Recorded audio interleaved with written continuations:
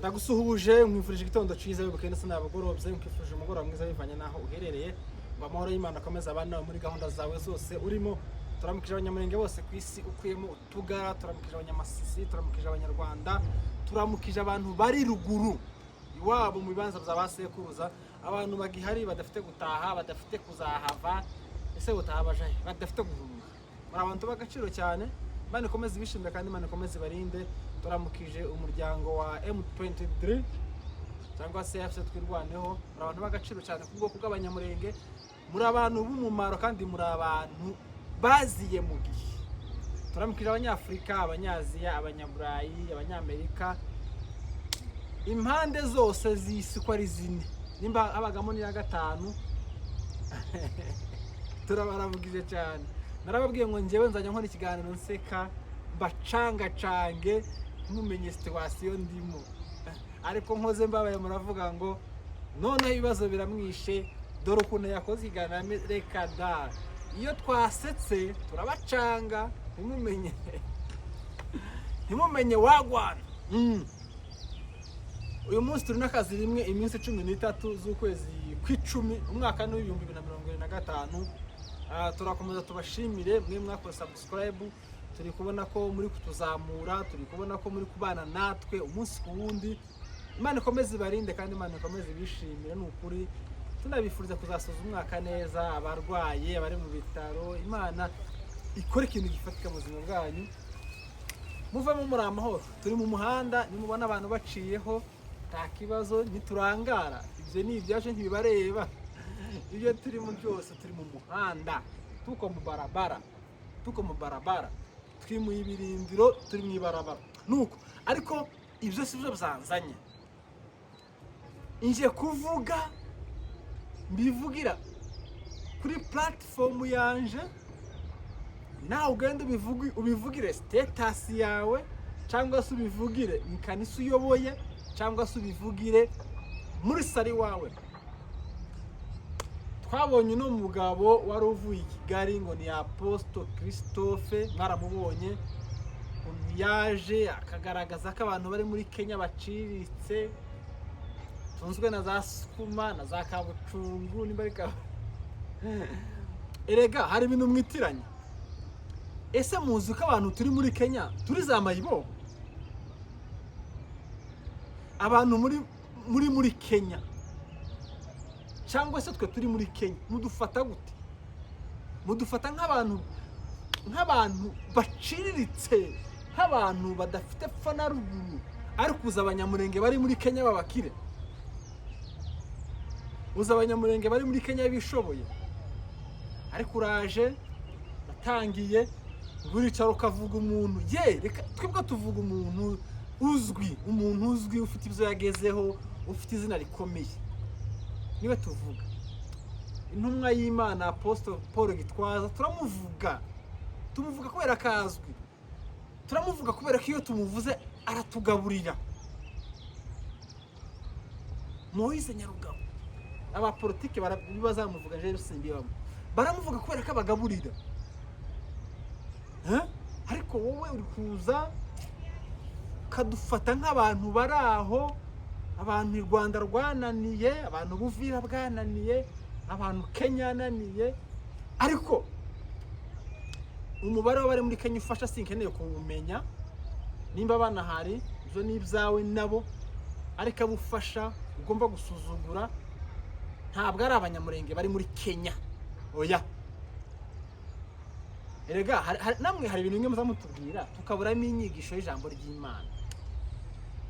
Agashanu utarasangira n'umugore, ibyo ukabivugira ku gatuti imbere y'Imana n'imbere y'abantu n'abakozi bayo.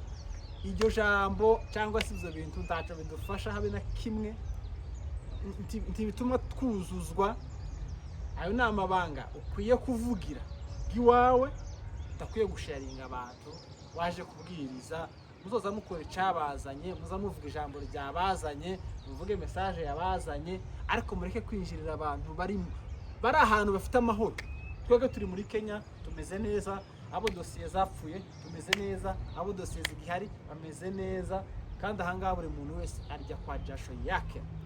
Rero ibyo kuza mushaka kugaragaza ko abantu bari hasi, kino gihugu kigira abanyamurenge baciriritse, abo byanze, abo byacanze. Wapi hano harimo abantu bafite ubushobozi pe kandi bitunze. Ariko iyo sukuma uzi ko tuyikunda.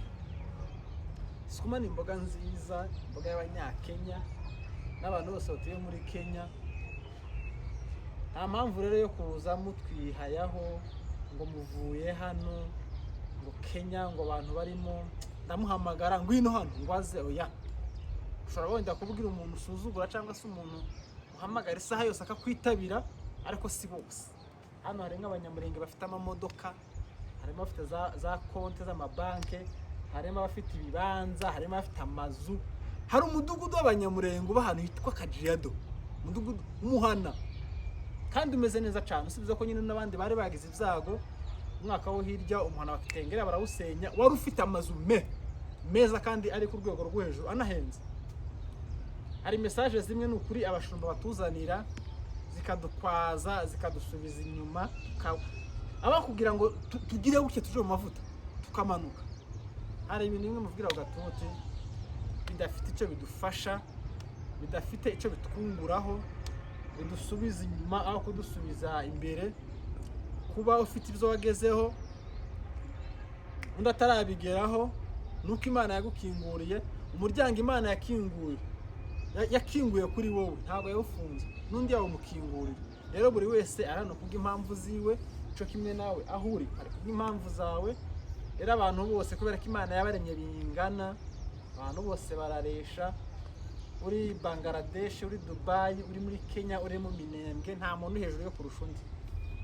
Ibyo ngibyo rero mugende muzamureka gusuzugura. No muri Kenya harimo imfura z'abagabo, harimo imfura z'abasore, harimo amoko, harimo ingeri zose z'abantu biteje imbere, abantu bafite ijambo, abantu bafite icyo bamariye imiryango kubera gupagasa muri Kenya.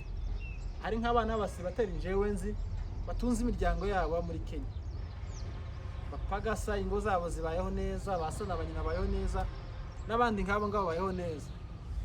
Nabonye mwaranyihaye ngo nashutse umwana witwa Pennina ngo mukoresha ikiganiro. Ntago namushutse, nibyo twaganiriyeho nje nawe na mugenzi wanje twari kumwe, arabitwemerera nta gahato, nta mugozi twamushizemo, taco twamushukishije.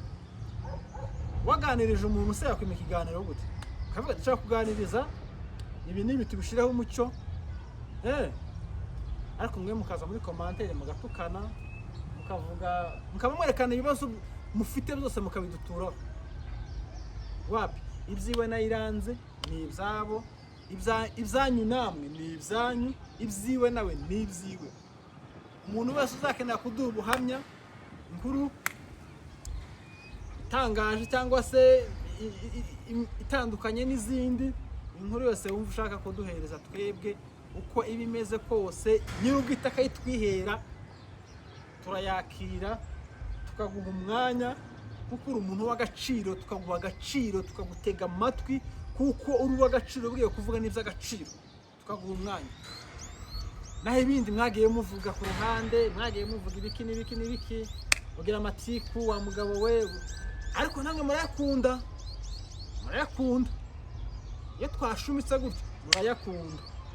Iranzi ni kuri abamuvuzeho ntiyabeshe, kuriya muzamwemere kuri k'umuntu, umuntu avuga ukuri kwiwe mukwemere mukwizere. Ariko twanze abantu biyorobeka, abantu bigira uko batari, bashaka kwerekana ko ari intungane kandi atari zo, ngo ni intama ariko indani ni imisego igenda. Aho uri hose ubaho umuntu uko ari, kuko ntawe utunze, ntawe uzi urwara ngo kwirukankireho. Mujya mugabanya namwe kuvuga amaspeech mutateguye.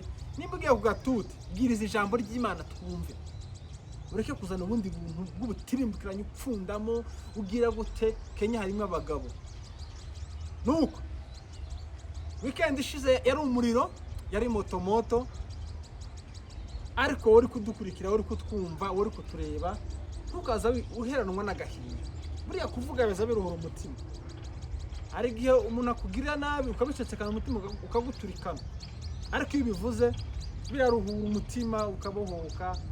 Umuntu wese uzifuza kumpa ikiganiro mu buhamya kuri story y'ibyamubayeho, kuri story y'ibimuvugwaho, ibyo ari byo byose, amarembo aruguru yiwanje kandi ni kare umuzoze mugume mutubwire twirira amasho, kandi kurya uvuze uraruhuka. Suko katubabwira ngo mukomeze mugire ibihe byiza, Imana ikomeze ibarinde, Imana ikomeze ibishimire. Abanyamurenge bari hirya no hino bagize ibyago babuze abantu, mukomere cyane kandi mwihangane. N'ukuri Imana nyiri humure ibahereze humure, Imana itanga kwihangana, Imana itanga kwakira ibyabaye ku bantu, Imana ibibaheze. Mukomeze munogerwe n'ibiganiro byacu, turabakunda cyane, ntidutinda ntitunabatindira.